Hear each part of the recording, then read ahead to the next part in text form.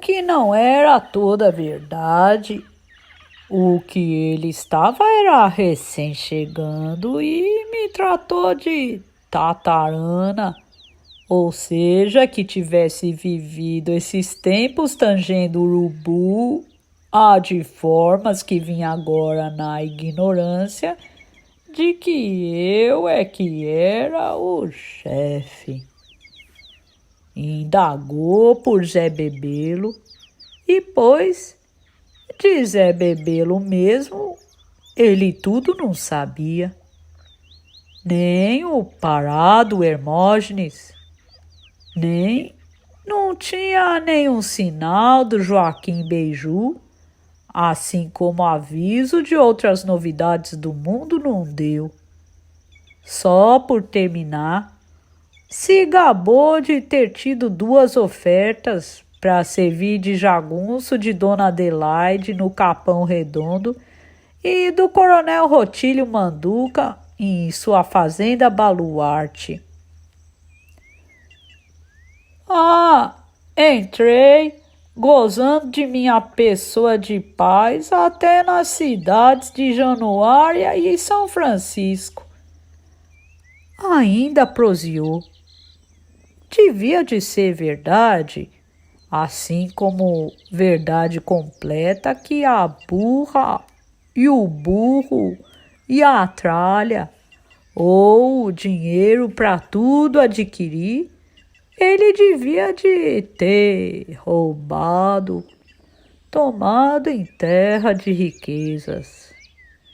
Tal que disse: isto eu bem comprei na venda do José Vassalo. Desajuizado gastador, esse Uquipes. Tanto ouvi, muito macambúzio. Onde que então eu varava mundo em comando e ainda não se prezava o meu nome? Eu, Urutu Branco, ser chefe de jagunço era isso? Ser o que não dava realce? Qualquer um podia, fazendeiro com posses, mão em políticas, o sertão, tudo não aceita? A minha pessoa era nada, glória de Zé Bebelo era nada. O que dá fama, dá desdém. O menos de me importar, o que eu carecia era de dar primeiras batalhas, suspender a alta coragem adiante de meus cabras. Ou será que já estavam, mas era se aplicando no vagar? Cigano sou? Eu pensei enraivecido. Tinha o norte para a gente. Dei ordem.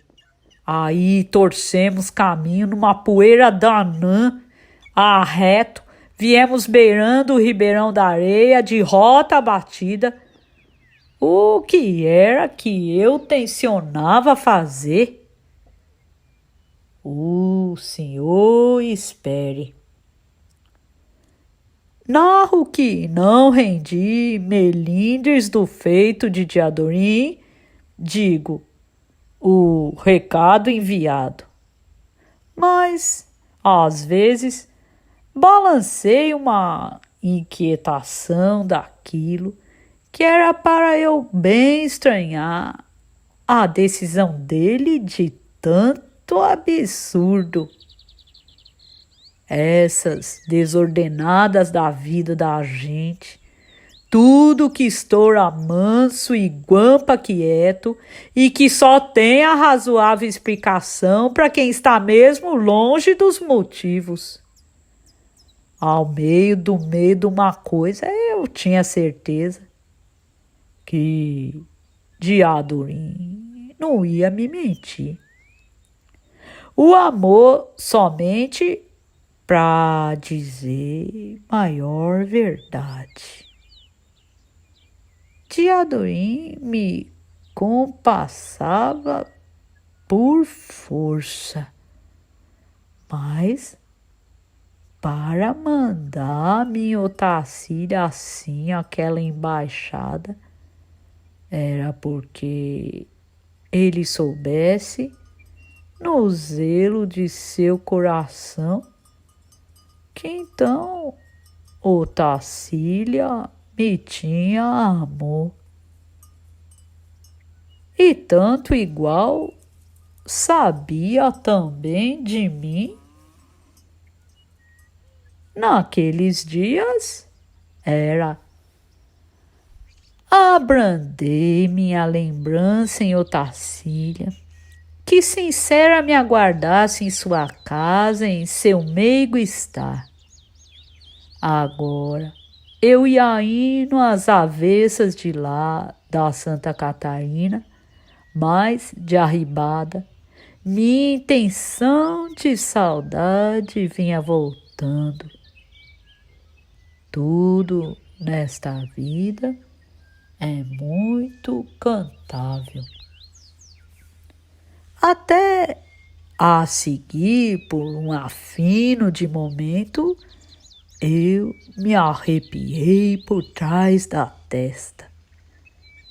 Ato do que meio confuso imaginei, por um vão imaginar que, me querendo bem, a mais de meu merecimento, e crendo que eu enfrentava os duros riscos, ela, Otacília, pudesse praticar o estouvamento gentil de se fugir de casa e vir aventurada em minha cata por todos os pousos deste sertão.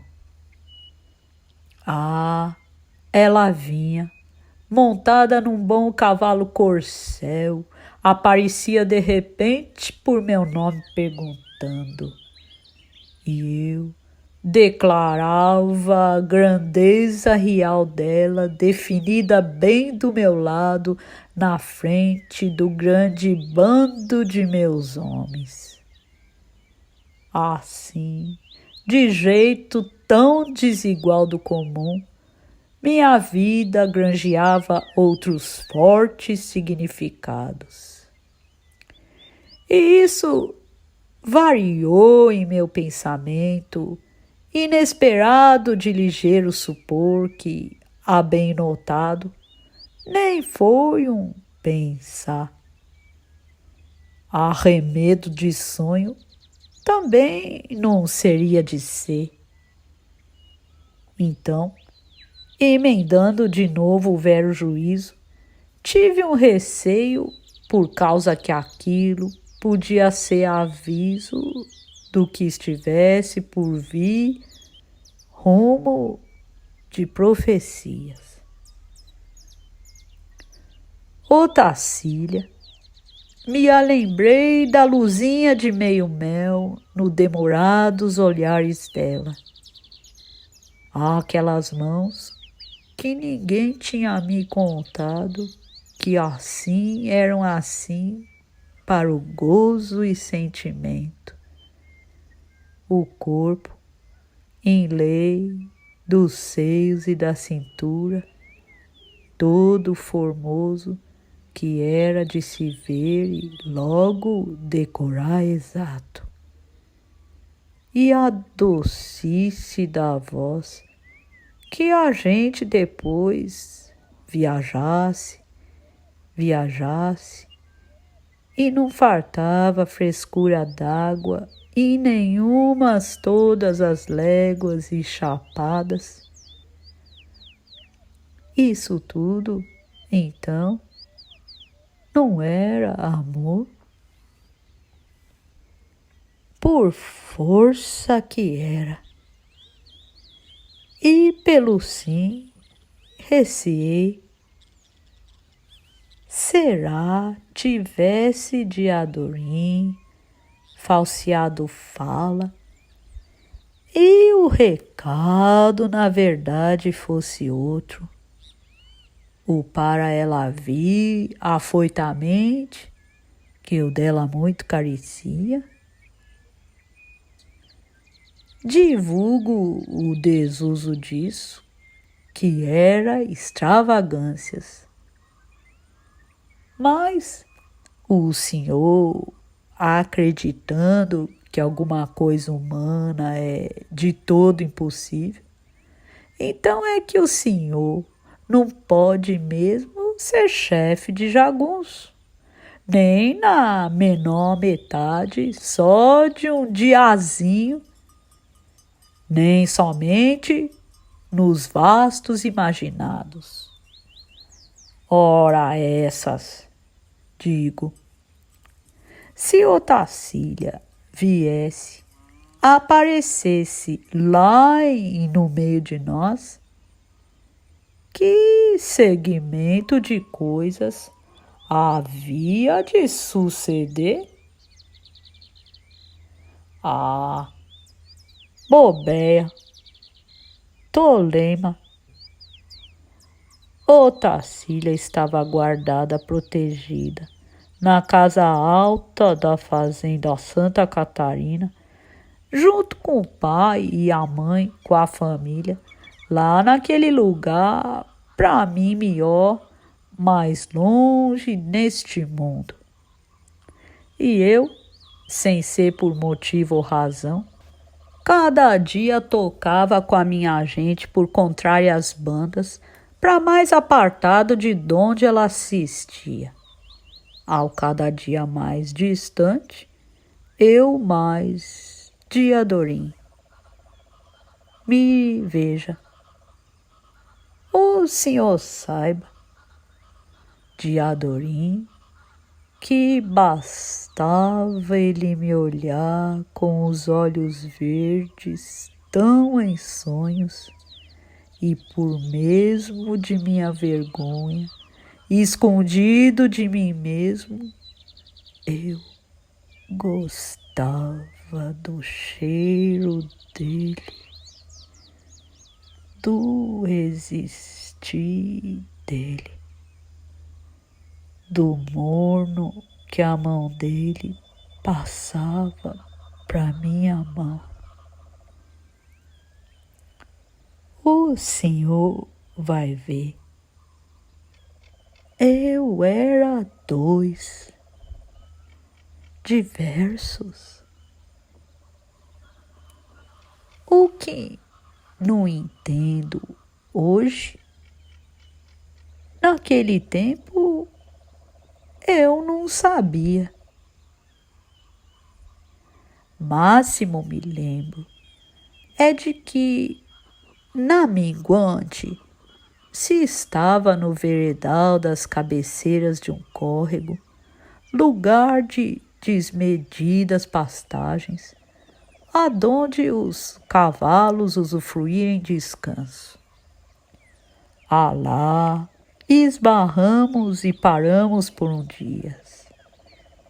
Me lembro, eu quis escrever uma carta. Essa minha carta, eu podia destacar um homem dos ligeiros. Ele a levava em mão a Otacília, minha noiva, trazia a resposta.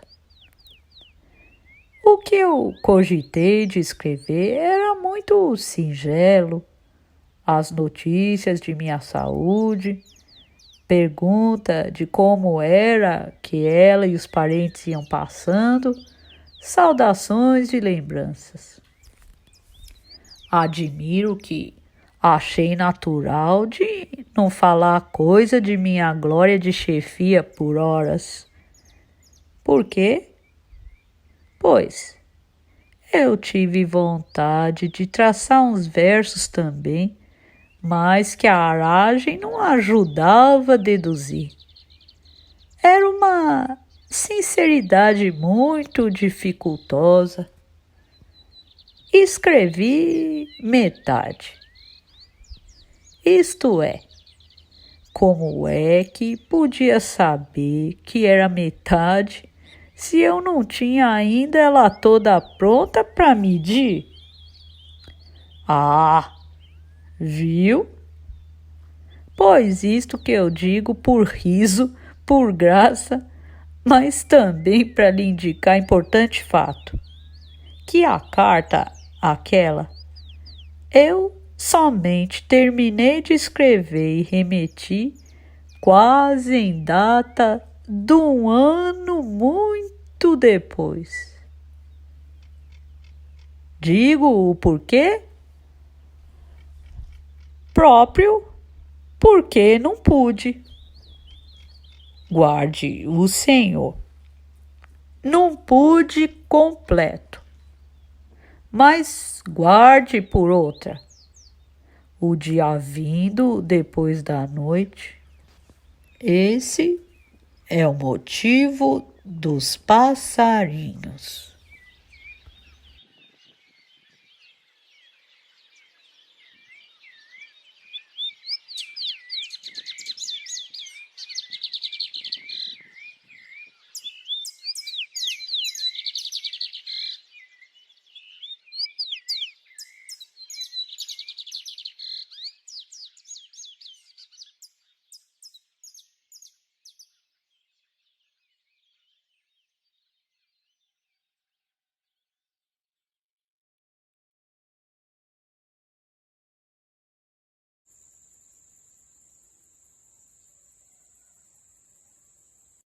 Ah, viu?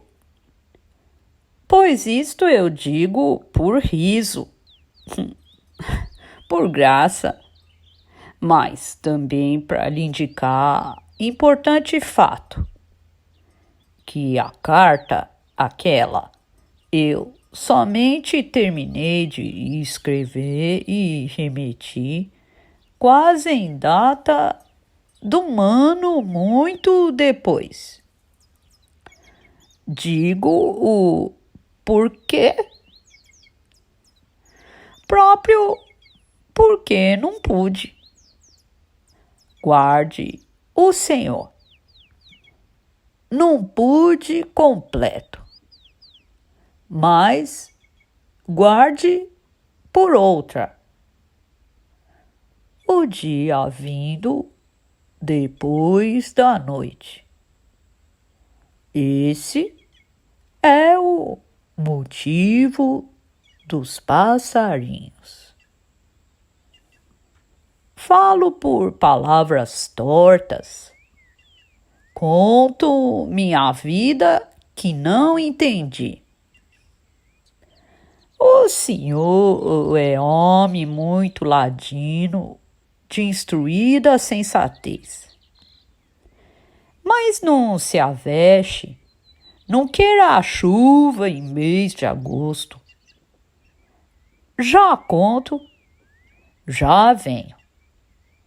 Falar no assunto que o senhor está de mim esperando.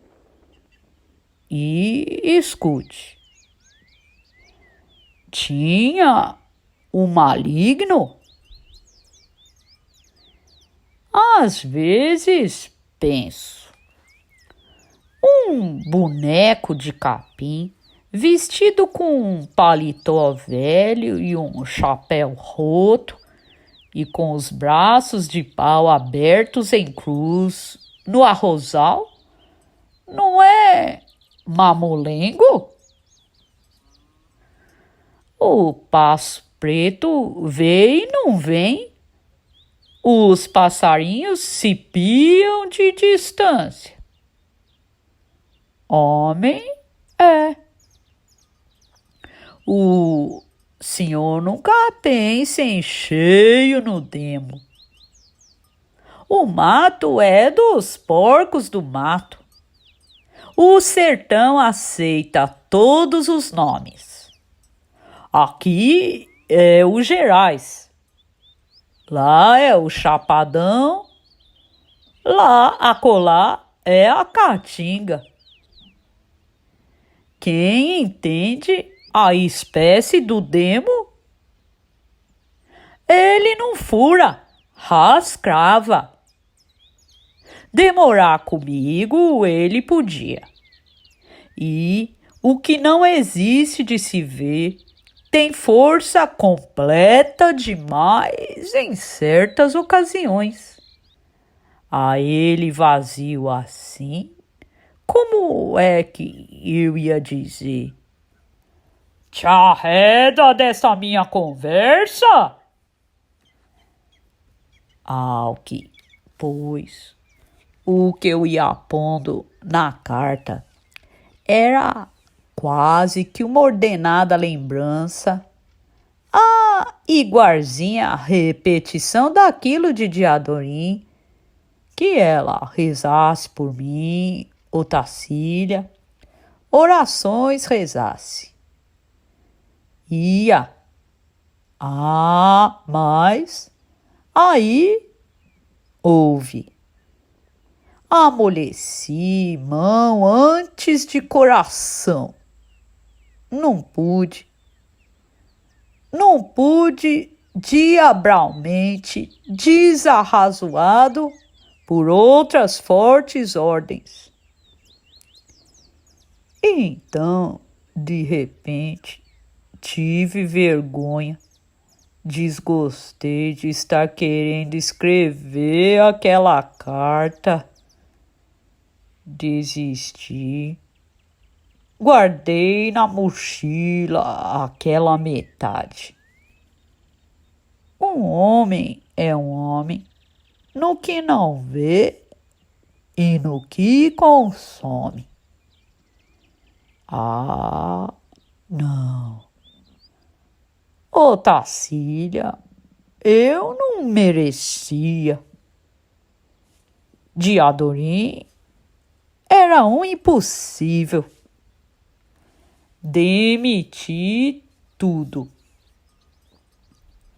O Demo, tive raiva dele. Pensei nele. Em vezes, o que era em mim valentia, não pensava. E o que pensava produzia era dúvidas de enleios. Repensava no esfriar do dia. O quando é o do sol entrar, que então até o dia mesmo por seu remorso.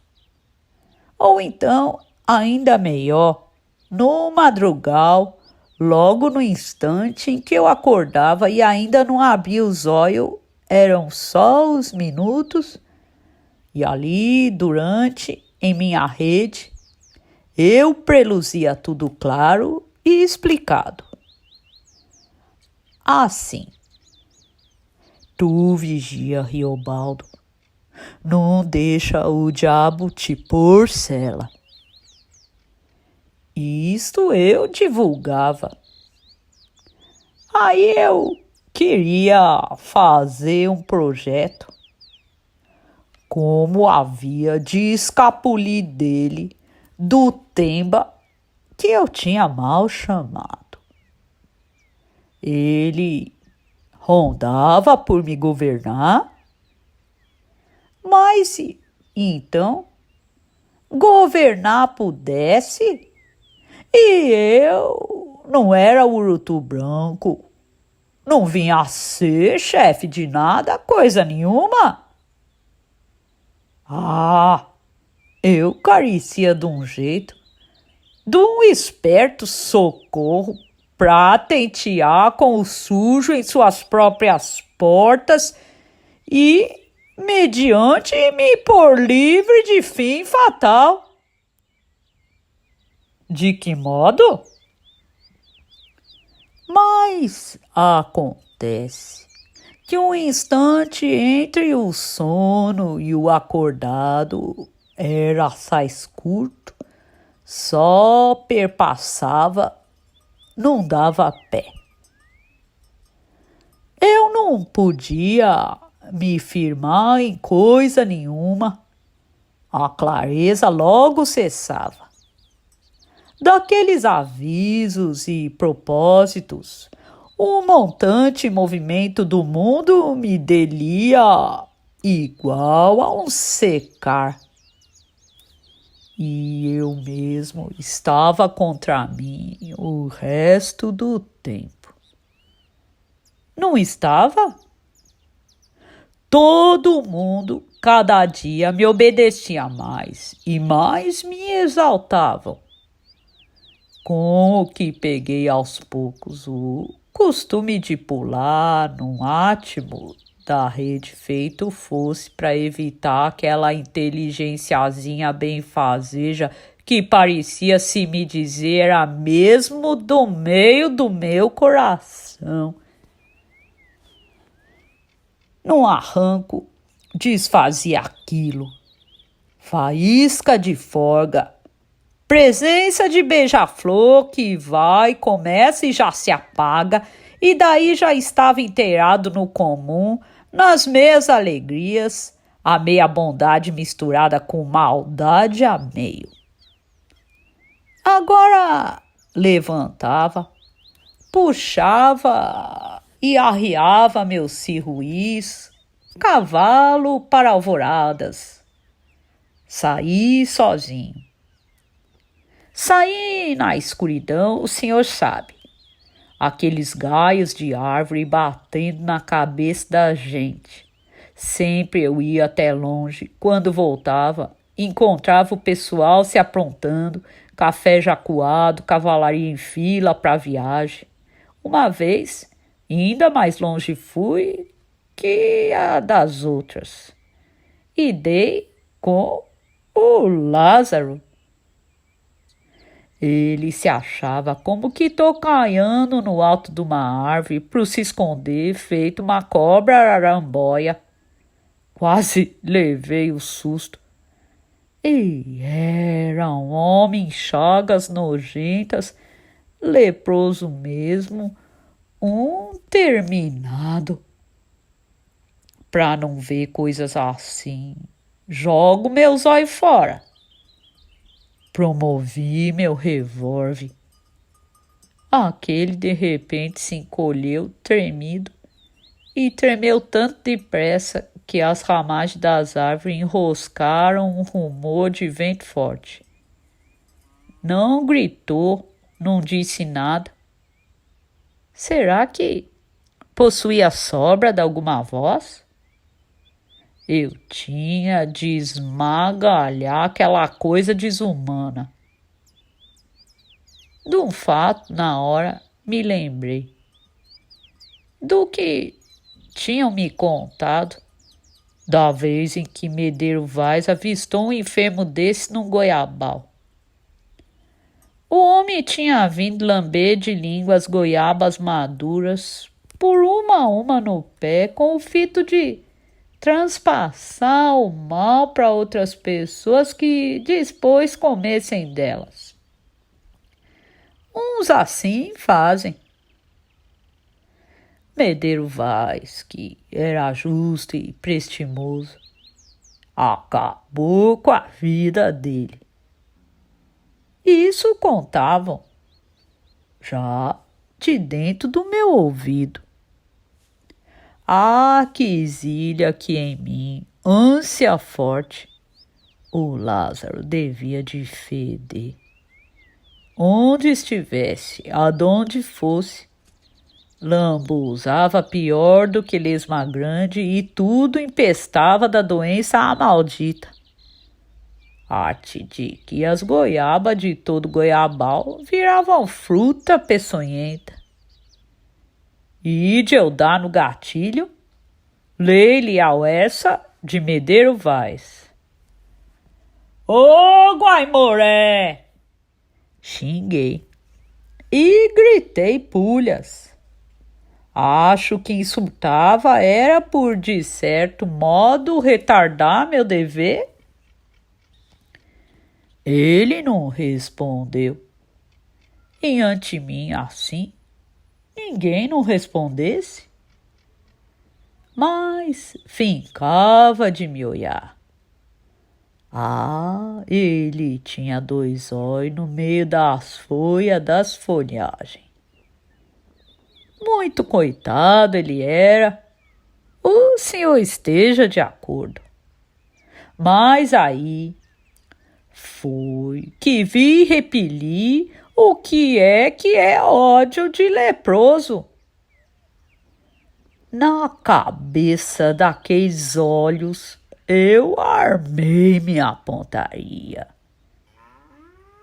E ouvi o vir de um cavaleiro e esperei.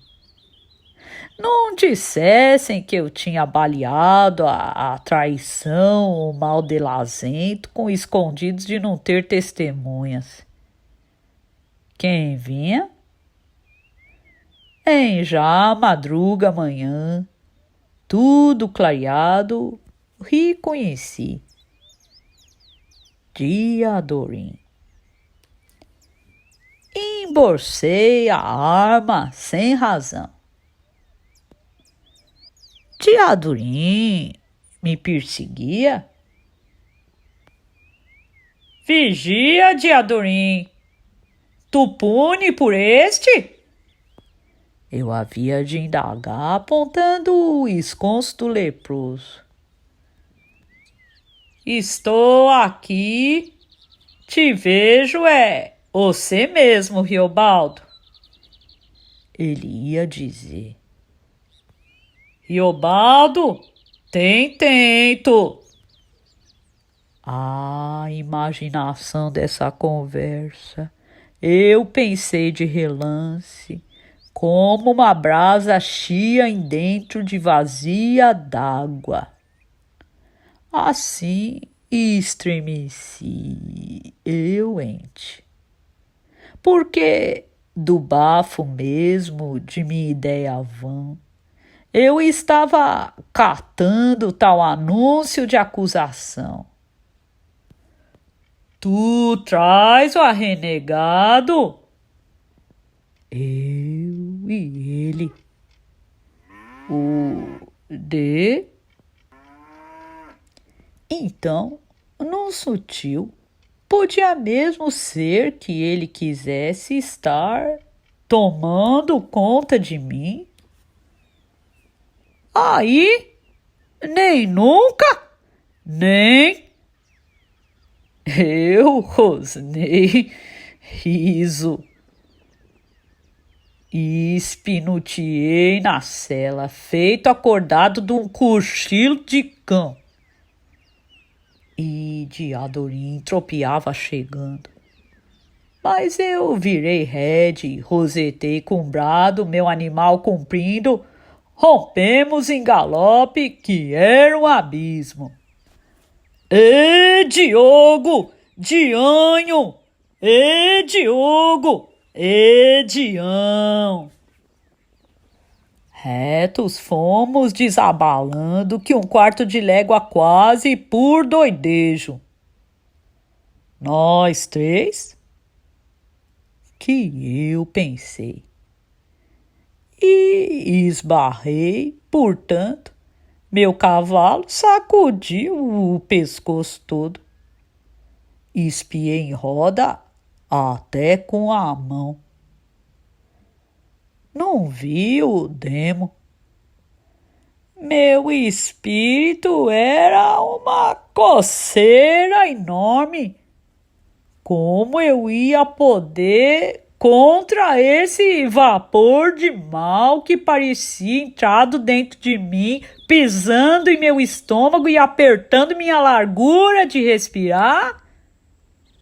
Aí eu carecia de negar pouso a ele. Ah, nega! Eu quis. Como olhei, Diadorim estava acolá, estacado parado no lugar, perto da árvore do homem. Por certo, ele tinha enxergado a coisa viva e estava desentendendo meu espaço, esses desatinos.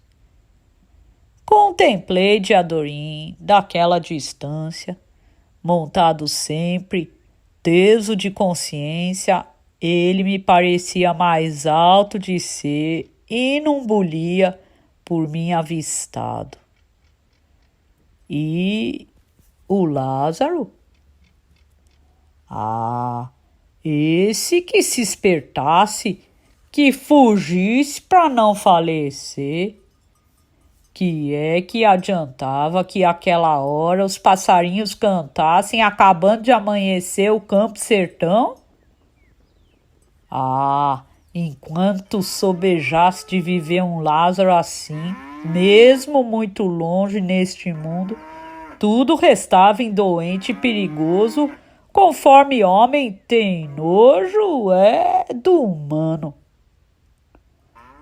Condenado de maldito por toda a lei, aquele estrago de homem estava remarcado. Seu corpo, sua culpa, se não então, porque era que ele não dava cabo do mal ou não deixava o mal dar logo cabo dele. Homem, ele já estava morto. Que o que Diadorim dissesse, que aquele homem leproso era meu irmão, igual criatura de si, eu desmentia. Como era que, sabendo de um Lázaro assim, eu ia poder prezar meu amor por Diadorim, por Otacia? E eu não era o urutu branco? Chefe não era para arrecadar vantagens, mas para emendar o defeituoso. Porém, voltando, não sou do demo e não sou de Deus. Pensei bruto, que nem se exclamasse, mais exclamação que havia de ser em duas vozes, uma muito diferente da outra. Vim feito, tornei a empunhar o revólver, mas completei eu mesmo aquilo que Diadorim, de certo, ia me responder. Riobardo, tu mata o pobre, mas ao menos, por não desprezar, mata com tua mão cravando faca. Tu vê que por trás de podre, o sangue do coração dele é são e quente. Encostar nele a ponta de minha franqueira de cabo prateante? Toma, tu cai no chão, agalopando assim. Joguei fora meu revólver. Joguei. Ou foi um ramo de rompigibão que rolou arrancando a arma do meu pulso. Cheguei, esbarrei. Meu cavalo, tão airoso, batia a mão, rapava. Ele deu um bufo de burro. Vi Diadorim. Mas o leprento tinha ganhado para si ir, graças que não assistia à reação dele, de certo descendo às pressas, se escapando de gatas nas moitas de feijão bravo. Desse tive um cansaço enorme. Pode que seja por não saber se matava ou não matava, caso ele ainda estivesse lá.